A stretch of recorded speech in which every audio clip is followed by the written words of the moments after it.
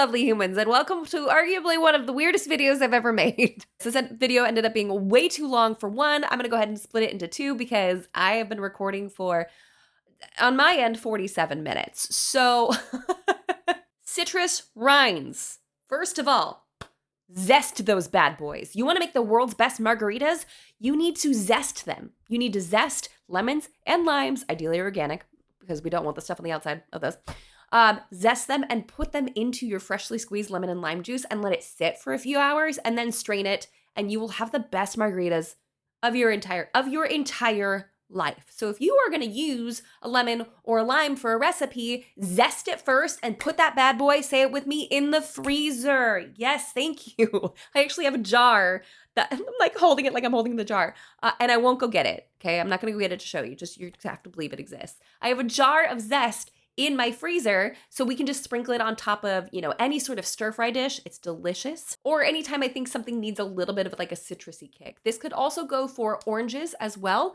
I don't do those as much. I typically stick to lemons and limes just because I learned it from the margaritas, so I always hoard the zest because it takes forever to zest as much as you need for the recipe, or at least the size of recipe that I make, because I love me a margarita, okay? But once my husband started using them on stir-fries and on various dishes, I was like, this is a whole new world of possibilities of adding a little bit of flavor, and it fares beautifully well in the freezer. It does not impact the flavor at all. It does make the color a little unappetizing. It's like browned a little, but it doesn't change the flavor. Super good. A lot of people will also make a cleaner, like a countertop cleaner, out of vinegar and citrus rinds. I do not do that for us because we have granite countertops and the acid will eat away at the finish of it. In fact, I think we already need to refinish our countertops, so I'm not going to make it any worse. So I actually don't do that specifically because the only thing we'd be able to use it on is like sinks and toilets, which I guess still is worth. And yeah, maybe bathrooms. Maybe I should make another round of that and film it. Hey, in fact, if you want to see me making anything off this list,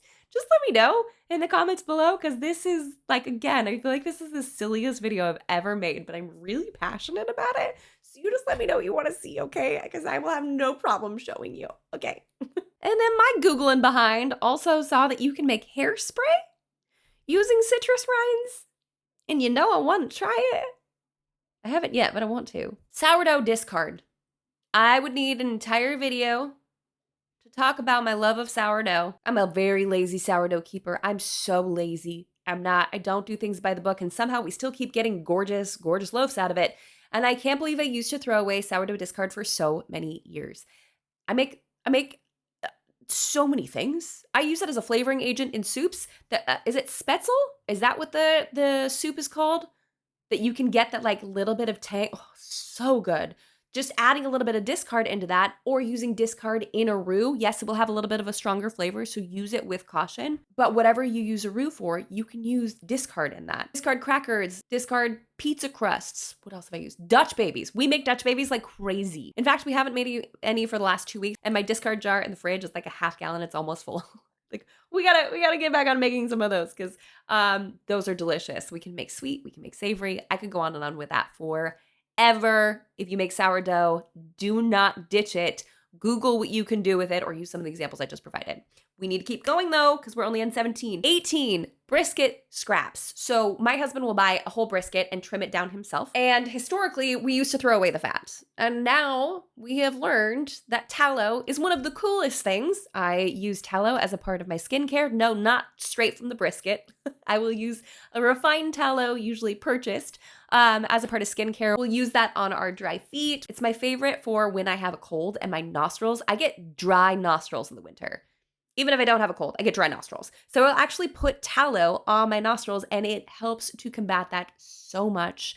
It's one of my favorite skincare things. I also will cook items in it. So we will, instead of frying things in seed oils, we will use tallow, because tallow also can be reused as long as it doesn't get too yuck in the frying process. But back to the brisket, we used to trim off the fat, and then any scraps of meat that he needed to trim to get the brisket in the correct shape to be able to smoke it, we would just throw it away. And now we turn all of those scraps into ground beef. In fact, he can usually get at least a pound, if not 2 pounds of ground beef off of the brisket that I can't believe we used to throw away. And the fat, I will then save, either throw in the freezer, because it's my favorite spot to throw things that should go in the trash can. In fact, when I walk to the When I walk to the trash can, I go, can this be frozen? Should it be frozen? No? Okay. We'll throw it away. Is I will then render that down and we will use that for cooking specifically. So I'll buy like rendered, I don't know why I'm doing this. I'll buy rendered tallow from someone else for skincare. But if I render it myself, I use it for cooking all the time. I've even gone as far as using the fat from the brisket that my husband trimmed and then I rendered down as the fat in my sandwich loaf. I use tallow in my sourdough sandwich loaf. And I, hand on heart, it is the best bread I've ever tasted in my entire life. It is so good. I should probably share that recipe. Let's keep moving. Same can be said for bacon grease. This is a much more specific flavor, so I only use it when I'm cooking things where I wouldn't mind a baconiness coming into the situation. But if I'm ever frying eggs in the morning, I'll do a little pat of butter and then a little pad of lard, which is pig fat, and I will fry the egg in that. Zero shame. There are so many nutrients both in tallow and in lard, especially if they're coming from clean sources, that why would we throw that away? I would totally so much rather cook in something that is providing so many vitamins for my body and for my kids.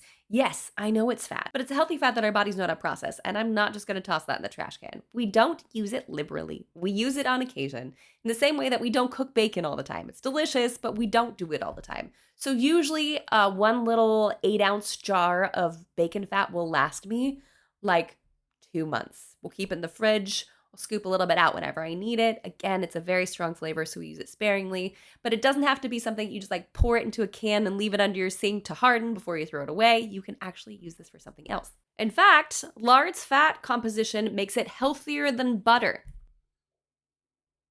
And I'm not giving them a butter. You can also use lard, ideally, specifically not from bacon, because that will have, again, a very specific flavor, but it's used traditionally in making tortillas, which I've yet to explore, but I would absolutely love to. Banana peels, when left soaking in water, can actually be a really good nutritional additive to your houseplants and to your garden soil. But we usually don't have enough of them for me to do this in bulk or enough for all of the plants we have inside or to make an impact on the garden outside. So when I need to, I will save them in a freezer bag and then make a bigger batch of it at once so it's more highly concentrated, and then water it down and use it on the plants accordingly. Crawfish heads. I had never had a crawfish boil before moving to Texas. And it might be one of my favorite food groups now in the world. Just Cajun or crawfish. Just so good. The squirrel brain activated the first time I had crawfish boil. And I went, this is a lot of waste. What can I do with this?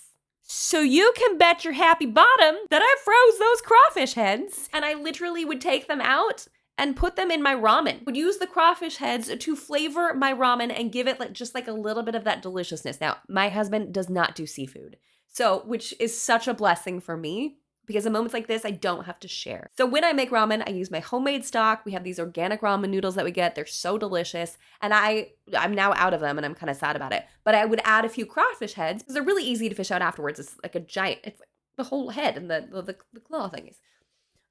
Just to impart a lot more spice and a lot more flavor. It's so freaking good. And if I wanted to make an entire seafood stock out of that, I could just toss all those into a stock pot and cook it that way. But I'm pretty sure the smell of that alone would cause my husband to maybe move out.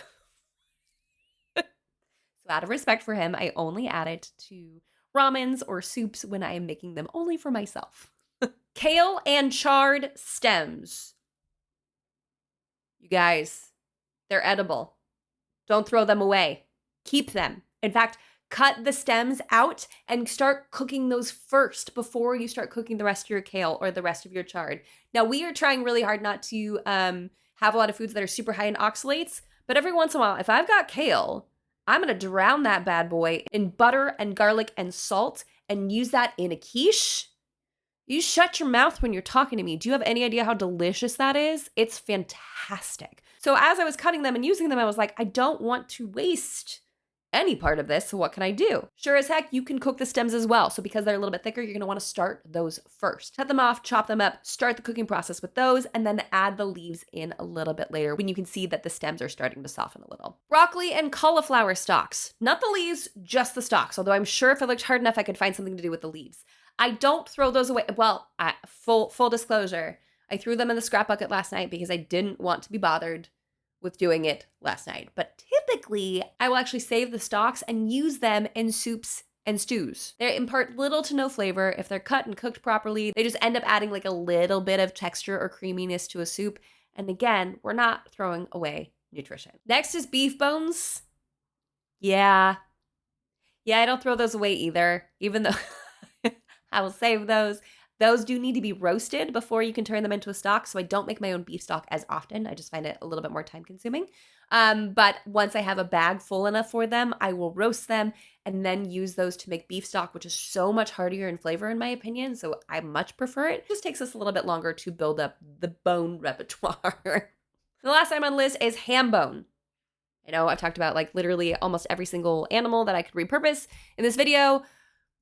Ham stock makes the best potato soup and or the best mashed potatoes your mouth has ever tasted. I will cook my potatoes, I will boil them in ham stock before mashing them and adding milk and all the other things to them. And the flavor it imparts, yes, it tastes a little hammy, right? It's obvious, it's from a ham. Like it's not going to be disguised as something different. But the level of flavor that it adds makes my heart so happy. And then we get all of the nutrition from the ham stock in the potatoes as they're cooking alongside with the flavor. Your girl gets so excited about this. There you have it, the entire list of 25 things I don't throw away. If you missed part 1, I'm gonna go ahead and link it right up here for you to check out because this stuff makes me so happy. And I know this is gonna find the right audience of people who also it makes happy. Because we're weird. And subscribe to this channel for more weird. And until next time, bye guys.